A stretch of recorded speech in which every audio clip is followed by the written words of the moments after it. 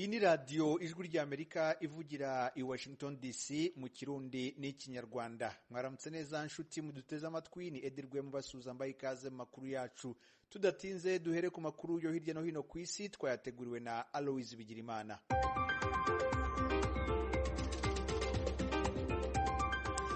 Mwaramutse Edi Gwema, turayahera kuyavugwa mu karere ka Afrika. Abaperezida ba Chad na Niger barumvikanye ejo ku munsi wa gatatu kunagura urunani rwa gisirikare rwa G5 Sahel mu ntumbero yo kongera gushira ingufu hamwe mu rugamba n'imihari y'iterabwoba. Bavyumvikanye inyuma yaho Mali itangarije mu kwezi kwa gatanu kwivuye muri urwo runani rwa gisirikare. Ariko perezida wa Niger Mohamed Bazoum aho yari injamena muri Chad hamwe n'umutegetsi arongoye ico gihugu Mahamat Idriss Deby Itno ntiyavuze nimba abasirikare b'Ubufaransa bazokongera kugira uruhara muri izo nteko. Inyuma y'imyaka 9 bagwanya abajihadiste muri Mali, Ubufaransa buriko burakurayo abasirikare babwo kandi bugabanya n'ingabo mu karere ka Sahel inyuma yo kutumvikana n'abafashe ubutegetsi muri Mali. Perezida Bazoum wa Niger yabwiye abamenyeshamakuru ko ibihugu bine bigisigaye muri G5 Sahel arivyo Burkina Faso, Chad, Mauritania na Niger bigiye gusubira kwivyukiranya muri urwo rugamba n'abajihadiste.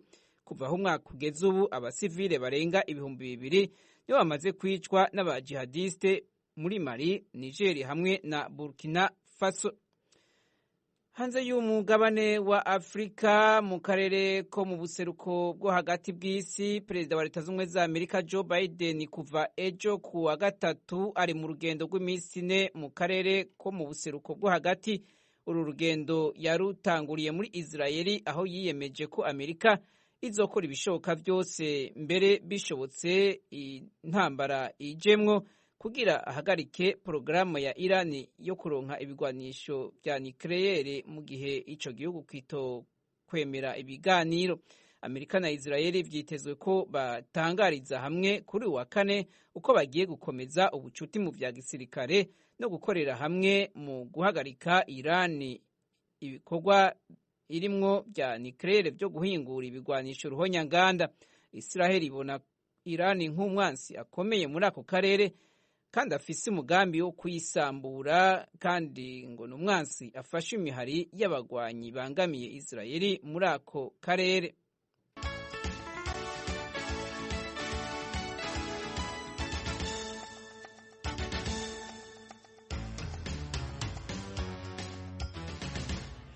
Hano muri Leta Zunze za Amerika abarokotse ubwicanyi kivunga buhitiye mu gihugu hakoreshejwe inkoho barifatanije n'imiryango y'abahasize ubuzima basavye abashingamateka ba Amerika gutora itegeko rihagarika inkoho zo mu ntambara zikoreshwa muri ubwo bwicanyi.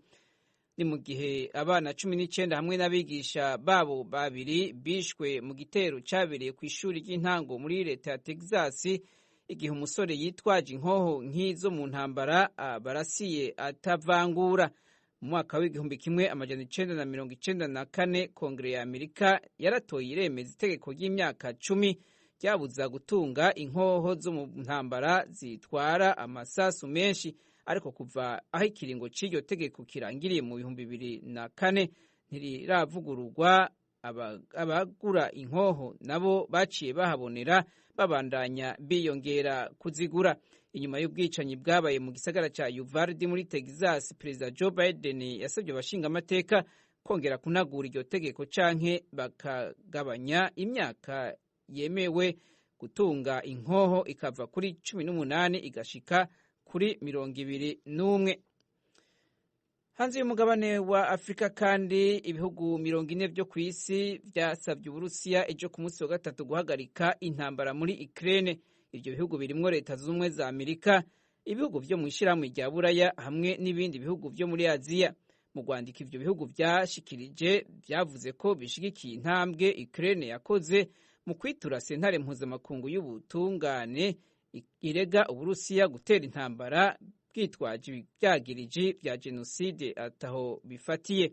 Uburusiya mu ntango z'intambara bwavuze ko bwinjiye muri Ukraine guhagarika ico bwise jenoside mu bice byo mu buseruko bwa Ukraine bivugwamwo ururimi rw'ikirusiya. Ibihugu vyavuze ko bapfuye hamwe n'ivyononywe n'intambara vyatewe n'uko Uburusiya butubahirije amategeko mpuzamakungu kandi bukwiye kuzobiriha.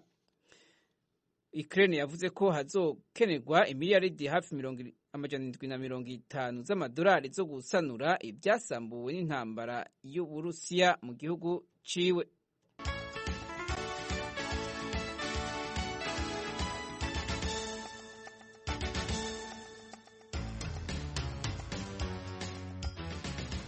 Tukiri kuri iyo ntambara, umunyamabanga mukuru wa ONU Antonio Guterres yavuze ejo ku munsi wa gatatu ko habaye umwumvikano hagati y'Uburusiya, Ukraine, Turukiya hamwe n'ishirahamwe mpuzamakungu ONU. Antonio Guterres avuga ko bumvikanye kurekura amatoni y'ingano yugaraniwe mu bigega by'ibifungurwa biri ku kivuko ca Odessa muri Ukraine kuva Uburusiya bwinjira muri ico gihugu. Guterres yavuze ko iyi ntambwe ya mbere ishimishije inyuma y'aho umushikiranganji wa Turukiya wo kwivuna abansi atangarije ko habaye kumvikana ku bibazo byari biteye inzitizi. Uwo mushikiranganji yemeje ko bumvikanye gushiraho ikigo kizogenzurwa n'Uburusiya, Ukraine hamwe na ONU kizoba kijejwe kumenya ko ubwato butwaye ingano buva ku kivuko ci Odessa buhavuye mu mahoro. Guterres yavuze ko intumwa muri ivyo biganiro zizosubira mu ndwiza guheraheza ivyo biganiro kugira izo ngano zishobore gusohoka.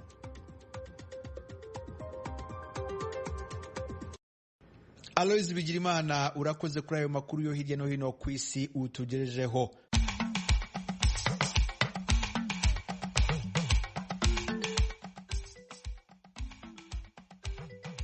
Mukomeje kumva radio Ijwi ry'Amerika ivugira i Washington DC mu Kirundi n'Ikinyarwanda. Mudukurikire no ku rubuga rwacu rwa internet kuri wa3.radio.voa.com no kuri YouTube, Instagram na Facebook. Adresi yacu ni VOA Radio Yacu. Mu Rwanda tubibutse ko tuvugira kuri FM 104.3 y'Ijwi ry'Amerika, naho mu Burundi turi ku mirongo migufi kuri metero 25, 31 na metero 41. Urukiko rwo mu Bufaransa kuri uyu wa kabiri rwakatiye umunyarwanda Laurent Bukibaruta gufungwa imyaka 20 kubera ibyaha bya jenoside yo mu 1994 mu Rwanda. Abo mpagarariye cyambere na mbere barebaga nuko icyaha kimuhama kandi icyaha cyamuhamye, icyo ndumva ari ikintu cyabashimishije, bashimishwe n'icyemezo cyafashwe.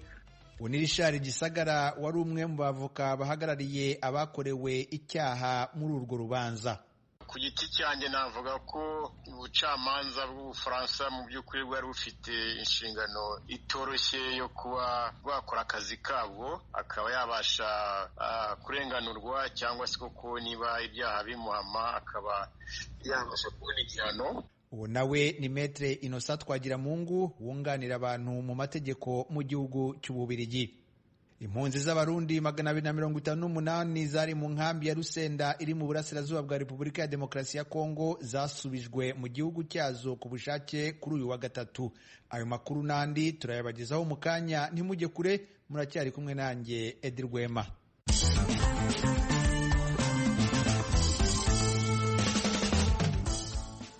Amakuru yo mu karere k'ibiyaga bigari. Urukiko rwo mu Bufaransa kuri uyu wa kabiri rwakatiye umunyarwanda Laurent Bukibaruta gufungwa imyaka 20 kubera ibyaha by'ubufatanyacyaha muri jenoside yakorewe abatutsi mu 1994 mu Rwanda. Laurent Bukibaruta niwe wari prefe wa prefegitura ya Gikongoro muri uwo mwaka. Navuganye n'umunyamategeko Richard Gisagara wari umwe mu bavoka bahagarariye abakorewe icyaha muri urwo rubanza, ambwira uko icyo cyemezo cy'urukiko.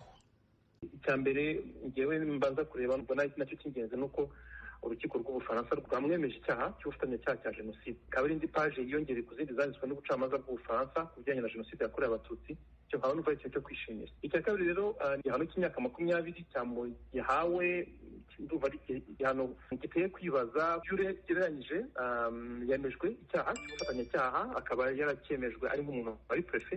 Tuzi ko mu zindi manza zaciwe nk'urubanza rwa Simbikangwa nawe wemejwe icyaha cy'ubufatanyacyaha cya jenoside yahanishwe imyaka 25, yari umusirikare, yari umufisiye iciriritse. Kuba perefe rero we ahanishwa igihano cy'imyaka 20 gusa, hari abandi barahanishwa igihano cy'imyaka 25. nkaba numva ari ikintu giteye kwibazaho. Ntabwo urukiko rwatubwiye ko ari impamvu nyoroshya. Reka dutegereze turebe feuille de motivation isobanura neza icyatumye urukiko rufata icyemezo, ngo turebe niba hari impamvu nyoroshya bamubonyeho, ariko ntazo nigeze numva zivugwa. nkaba numva rero icyo gihano ari giteye kwibaza. Kuba atahanishijwe icyaha cya jenoside nyirizina, abo wunganira babyakiriye gute? Aho rero akantu umuntu agomba guhinduraho, ntabwo bivuze ko atemejwe uruhare yagize muri jenoside. Ni ibintu bibiri bitandukanye. Icyaha cya jenoside cyamuhamye, yahamwe n'ubufatanyacyaha bwa jenoside n'ubufatanyacyaha mu cyo bita crime contre l'humanité. Icyo urukiko rwamuhanagayeho icyaha gusa ni ukuba yarakoresheje jenoside, icyo bita auteur principal, ariko no kuba complice, ni ukuvuga umufatanyacyaha wa jenoside mu cyaha cya jenoside mu mategeko y'Ubufaransa ari uwakoze icyaha burundu, we ku giti cye n'uwagize umufatanyacyaha wacyo ahanishwa igihano kimwe. Ndumva rero kuvuga ngo ntabwo icyaha cya jenoside cyamuhamye atari cyo. Abo mpagarariye cya mbere na mbere barebaga ni uko icyaha kimuhama, kandi icyaha cyamuhamye. Icyo ndumva ari ikintu cyabashimishije, bashimishwe n'icyemezo cyafashwe.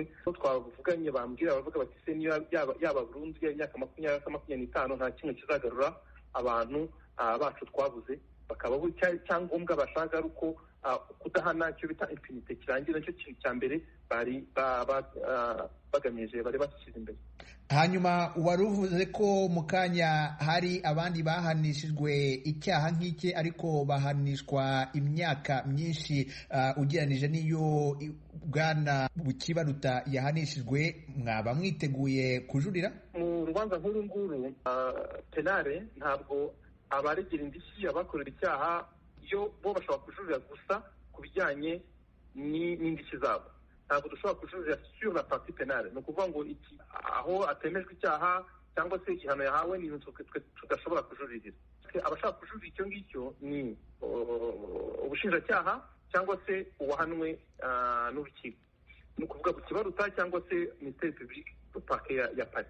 Baramutse bajuriye evidama tuzasubira mu rundi rubanza, kandi tugende tugaragaza yuko iki gihano koko yahanishijwe atari igihano kitajyanye cyane n'uburemere bw'icyaha yemejwe. Tukaba rero afite iminsi 10 guhera ejo kugira ngo ajurire. Ubwo turategereje turebe icyo bizatanga. Niba ajuriye, tuzajya mu rubanza rukurikiyeho dusaba effectivement yuko icyo gihano nacyo cyazamurwa, kandi akanemezwa n'ibindi byaha, kuko hari ibindi bintu batemejwe nk'uko parike yari yabisabye.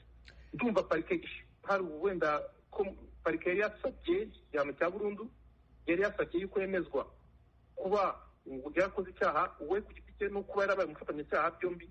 Ubwo urukiko rutabyemeje, nkaba numva wenda parike hari amahirwe menshi yuko parike yajurira. Maître Richard Gisagara, umunyamategeko mu gihugu cy'Ubufaransa, ndagushimiye cyane kubw'akanyu uhaye Ijwi ry'Amerika kugira ngo tuganire. Nanjye ndabashimiye ku butumire bwanyu. Tukivuga ku cyemezo cy'urukiko rwo mu Bufaransa kuri Bwana Laurent Bukibaruta, mugenzi wacu Tim Ishimwe yavuganye na Maître Innocent Twagiramungu wunganira abantu mu nkiko mu gihugu cy'Ububiligi. Aratubwira nawe uko yakiye icyo gihano cy'imyaka 20 urukiko rwahaye Bukibaruta.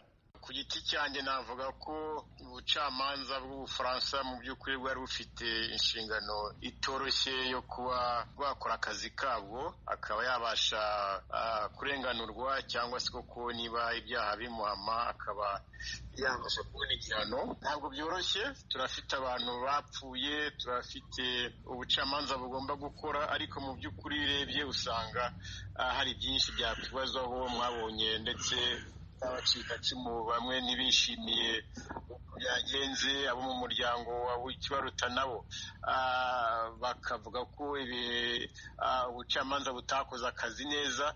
Ntabwo byoroshye ku ikibazo cy'u Rwanda, ariko mu by'ukuri navuga ko ari Bukibaruta umaze imyaka 20 akurikiranwa, ndumva bitari bimworoheye. Musanga ari ibihe bisobanuro by'ubushinjacyaha byatumye abacamanza bafata umwanzuro wabo?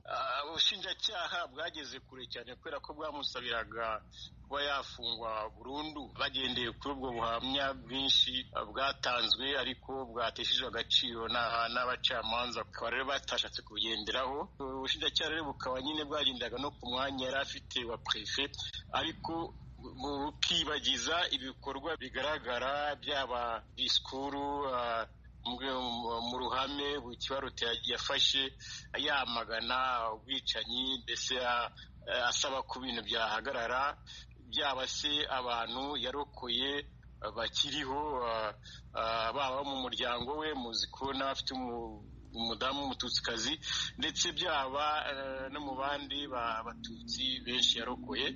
nkambona rero uko yitwaye ugereranyije n'uko intambara yari imeze n'ubwicanyi n'abicaga, kuba yaragize icyo nakwita kuraje, ni ubutwari bwo kugerageza mu ruhame gufata amagambo nk'ayo ngayo n'umwanya yari afite. Iyo bigirwa n'abantu benshi wenda bari mu myanya nk'iye cyangwa se bari munsi ye, nkeka ko ubwicanyi butari kugera hariya. Kuri ngewe nkabona ko ari ibikorwa by'ubutwari yagize, ariko bitahawe agaciro muri ruriya rubanza. Nk'impuguke mu mategeko, hari icyo mwumva uwunganira Kibaruta atabashije kumvikanisha mu rukiko ku buryo buhagije? Uwunganira Kibaruta nkeka ko yakoze akazi ke rwose uko bikwiye, gusa nkeka ko yahuye n'ikibazo cy'uko ari amadosiye batoroshye, haba hari ibyo nakwita puresha, ni ukuvuga igitutu cyinshi cya politiki gishobora kwihisha inyuma. Hari ubwo utekereza ko abunganira Kibaruta bashobora kujurira, niba bishoboka babikora ryari? Ni icyemezo gikomeye mu by'ukuri Kibaruta bwe agomba gufata, ariko nyine abamwunganira nabo bakamugiramo inama, bakareba inyungu yabigiramo n'ingorane ashobora kuba yabigiramo, noneho bakabishyira ku munzane bakurikije igihano bamuhaye, bakurikije n'uko babona ukuri ibyafashwe wenda bitegereye ukuri cyane, bakaba bafata icyemezo cyo kuba bajurira mu minsi itari mikeya. Watangiye uvuga ko impande zombi, zaba ku ruhande rw'abacikacumu no ku ruhande rw'umuryango wa Kibaruta, batishimiye imyanzuro y'urukiko. Utekereza ko bashingiye ku ki? Ku ruhande rw'abacikacumu cyane cyane uriya muryango nawo watanze ikirego, ntabwo bishimye kubera ko mu by'ukuri bifuzaga ko yahamwa n'icyaha cy'uko nawe ubwe ari umwicanyi ruharwa. Kuba rero urukiko rwavuga ko nta bikorwa by'ubwicanyi yakoze, ko hamwa gusa n'icyaha cyo kuba wenda ari umufatanyacyaha, kuri bo ntabwo bumvaga ko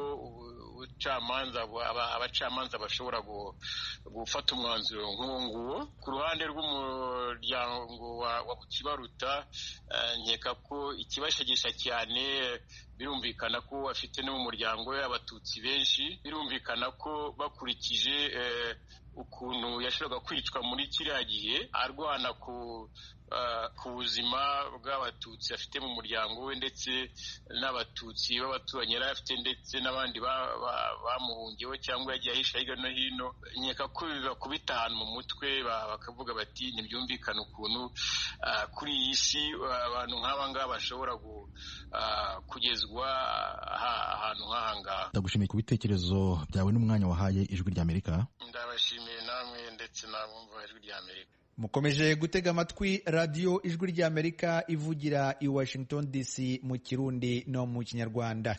Icyegeranyo cya Banki y'Isi cyerekana ko u Rwanda ruza ku mwanya w'178 ku rutonde ngarukamwaka rureba umusaruro mbumbe w'igihugu.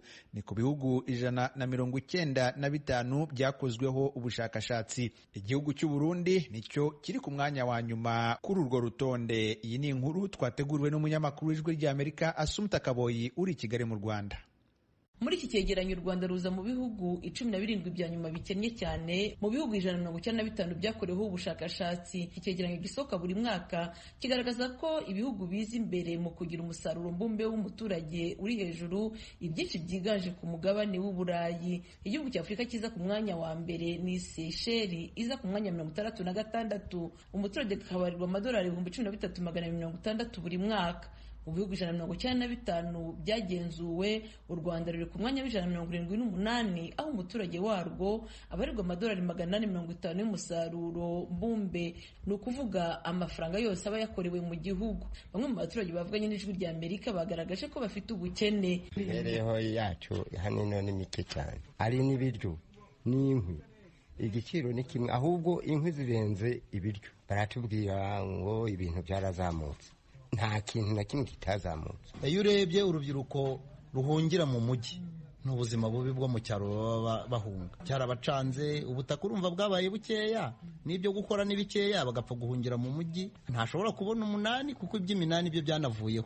Umubyeyi kubera n'ubuzima bubi afite ashobora no kubona nako karima ari gatoya ntakikureho kuko umwana ntari bumurege. Impuguke mu by'ubukungu Teddy Kaberuka akaba asanzwe yikorera ibigendanye n'ubukungu, yagaragaje uko ibi byegeranyo bikorwa kugira ngo tubare umusaruro mbumbe ku muturage. Bafata uwo musaruro mbumbe bakagabanya n'umubare w'abaturage. Icyo rero umuntu agomba kumva iyo yumva ikigereranyo nk'icyo nuko ni impuzandengo y'igihugu cyose, ntabwo bivuga ko buri muntu ayo mafaranga aba yafite. Umusaruro mbumbe urimo ibice bitandukanye, harimo leta, harimo abikorera, harimo abatoya n'abanini, harimo inganda. Navuga ni nko kubumbira hamwe kugira ngo bigaragaze ishusho aho igihugu kigana. Mu muryango wa Afurika y'Iburasirazuba, Kenya iza ku mwanya w'51, umuturage wayo akabarirwa 2010 by'amadolari buri mwaka muri iki cyegeranyo. Ikurikirwa na Tanzania iza ku mwanya w'170 n'amadolari 1140 ku muturage. Igihugu cy'Ubugande gikurikirana n'u Rwanda ku mwanya w'179 n'amadolari 840. Repubulika ya Demokarasi ya Kongo ni 188 n'amadolari 580. Uburundi nibwo buza ku mwanya w'195 wa nyuma mu bihugu byagenzuwe. Icyegeranyo kigaragaza ko Umurundi yinjiza amadolari 240 ku mwaka. Umusesenguzi mu by'ubukungu Teddy Kaberuka yasobanuye impamvu ibihugu bya Afurika aribyo bigaragaza ubukene bwinshi ugereranije n'indi migabane. Ibihugu byinshi bya Afurika bifite ubukungu butabarwa muri iriya mibare, kuko nabikubwiye abantu baba mu cyaro batunzwe n'ubuhinzi n'ubworozi bitajya muri statistique, kubera ko statistique bari byageze ku isoko, ku buryo ubwabyo imibare hari ubutunzi butabarwa. Icya kabiri nakubwira nuko cyane cyane nk'iyi raporo y'uyu mwaka, urabona ni raporo ikurikiye ibihe tuvuyemo bya COVID, aho isoko mpuzamahanga, ibintu navuga ubucuruzi mpuzamahanga bwarapfuye. Ntacyo leta y'u Rwanda igeze ivuga kuri iyi raporo, gusa ishami ry'umuryango w'abibumbye ryita ku buhinzi FAO duherutse gusohora icyegeranyo mu ntangiriro z'uyu mwaka. Icyegeranyo kigaragaza abakora mu mwuga w'ubuhinzi ko bangana na 72%. Asumta Kaboyi, Ijwi ry'Amerika, i Kigali. Ikibazo cy'ibura n'ubuke bw'isukari kirakomeje mu gihugu cy'u Burundi. Inkuru kuri icyo kibazo twayiteguriwe n'Ijwi ry'Amerika rifatanije n'abanywanyi baryo, twayisomewe n'umunyamakuru w'Ijwi ry'Amerika Thierry Ndayishimiye uri i Kigali mu Rwanda. Twebwe ari kugurisha imwe hirya indi genda hirya, twebwe n'igihunda cyo.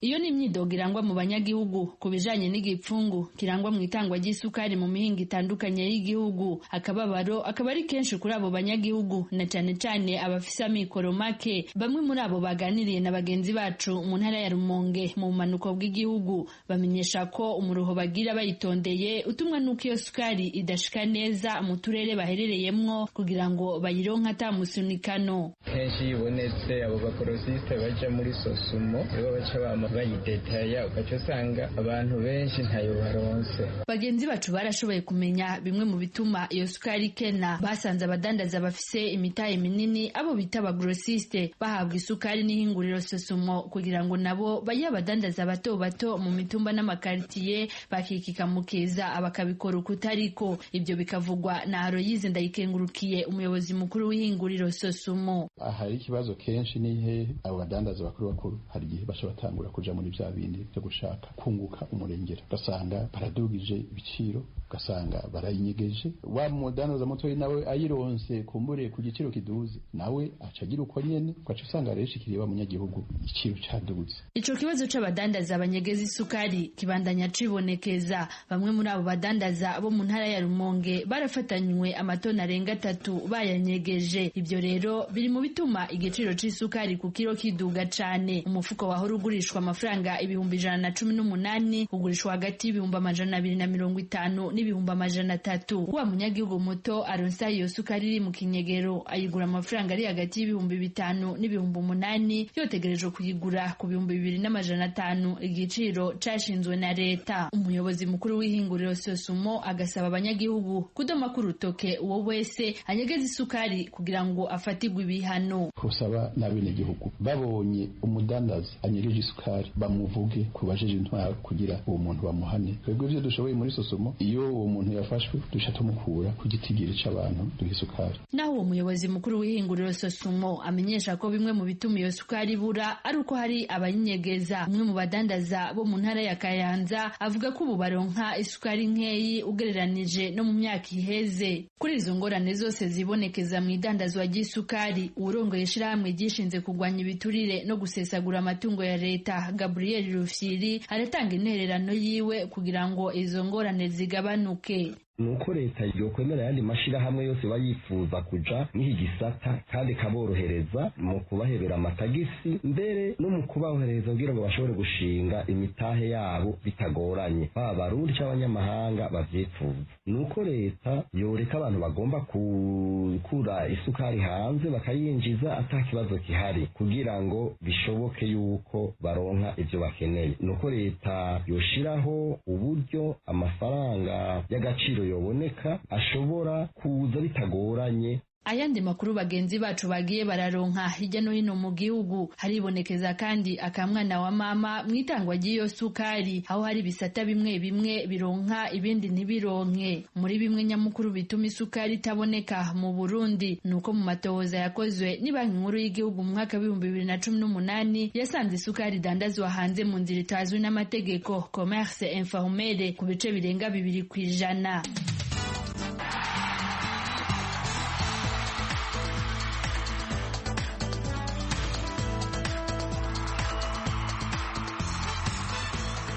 Gutega amatwi radio Ijwi ry'Amerika. Makuru ya siporo n'imikino. Kuri wa gatatu mu Rwanda hatangiye shampiyona ya Afrika 13 y'umukino njyarugamba wa taekwondo. Amakipe aturutse mu bihugu 41 niyo arimo guhatana muri Beka Arena i Remera. Ni inkuru irambuye tuyibaze umunyamakuru wacu w'imikino Jean-Claude Munyandinda. Ibihugu 41 nibyo byaserutse muri shampiyona ya Afrika y'umukino njyarugamba wa taekwondo, aho abantu barenga 500 bitabiriye iri rushanwa. Imikino izaba mu byiciro bibiri, icyiciro cyo kwiyereka n'icyiciro cyo kurwana nyirizina. Muri shampiyona ya Afrika ya taekwondo irimo kubera muri Beka Arena i Remera, ikipe y'u Rwanda ngo yiteguye kwitwara neza. Uyu ni umunyamabanga mukuru w'ishyirahamwe ry'umukino wa taekwondo mu Rwanda, Boniface Mbonigaba. Tuba dufite kategori 8 zihagarariye abahungu na kategori 8 zihagarariye abakobwa. Ubwo muri kategori 8 nibura dufitemo abakinnyi batari munsi ya 5 basanzwe baritabiriye imikino mpuzamahanga kandi bafite experience. Hanyuma mu makobwa tukagiramo nibura nka 3. Ubwo mu makinnyi 8 nibura kimwe cya kabiri cyo baparticipa bose mu bijyanye no kurwana, twizeye ko ngo dufitemo amahirwe yo kubona imidari ndetse harimo n'iya zahabu. Dufitemo n'abandi bakinnyi nakwita ko ari bashya mu mikino mpuzamahanga, ariko niyo home advantage twizeye ko izakora. Niyo mpamvu mu mitoreze natwe nk'abayobozi mu bujyanama duha abakinnyi hari mindset, hari iryo shyaka turi kubashyiramo kugira ngo nibura eko tuzabikora. Mu kwitegurira irushanwa, ikipe y'igihugu y'u Rwanda yabonye umutoza waturutse muri Korea y'Epfo. Umunyamabanga mukuru w'ishyirahamwe rya taekwondo mu Rwanda avuga ko uyu mutoza Jeong Jiman yoherejwe mu rwego rw'ubufatanye n'ubutwererane hagati y'amashyirahamwe y'uyu mukino mu bihugu byombi, Korea y'Epfo n'u Rwanda. Uyu mutoza ubusanzwe dukorana nka directeur technique, akaba yaje yoherejwe na leta ya Korea muri gahunda bita Dispatched Masters. Ni gahunda leta ya Korea itoranyamo abatoza b'inararibonye mu gihugu cy'iwabo, kuko baba bose basabye bagiye mu bihugu bitandukanye basabye iyo gahunda. Abagize itsinda riteguriye imikino ya Afurika ya taekwondo irimo kubera mu Rwanda bavuga ko abantu bazaza kureba iyi mikino muri Beka Arena i Remera batazajya bishyura. Basobanura ko impamvu yo gutanga ubwasisi bwo kwinjirira ubuntu ari ukugira ngo abanyarwanda barusheho kumenya uyu mukino no kuwukunda. Iyi shampiyona ya Afurika ya taekwondo yagombaga kuba yarabereye mu Rwanda mu mwaka wa 2020, ariko iza gusubikwa kubera icyorezo cya virusi ya corona. Hanyuma mu mwaka wa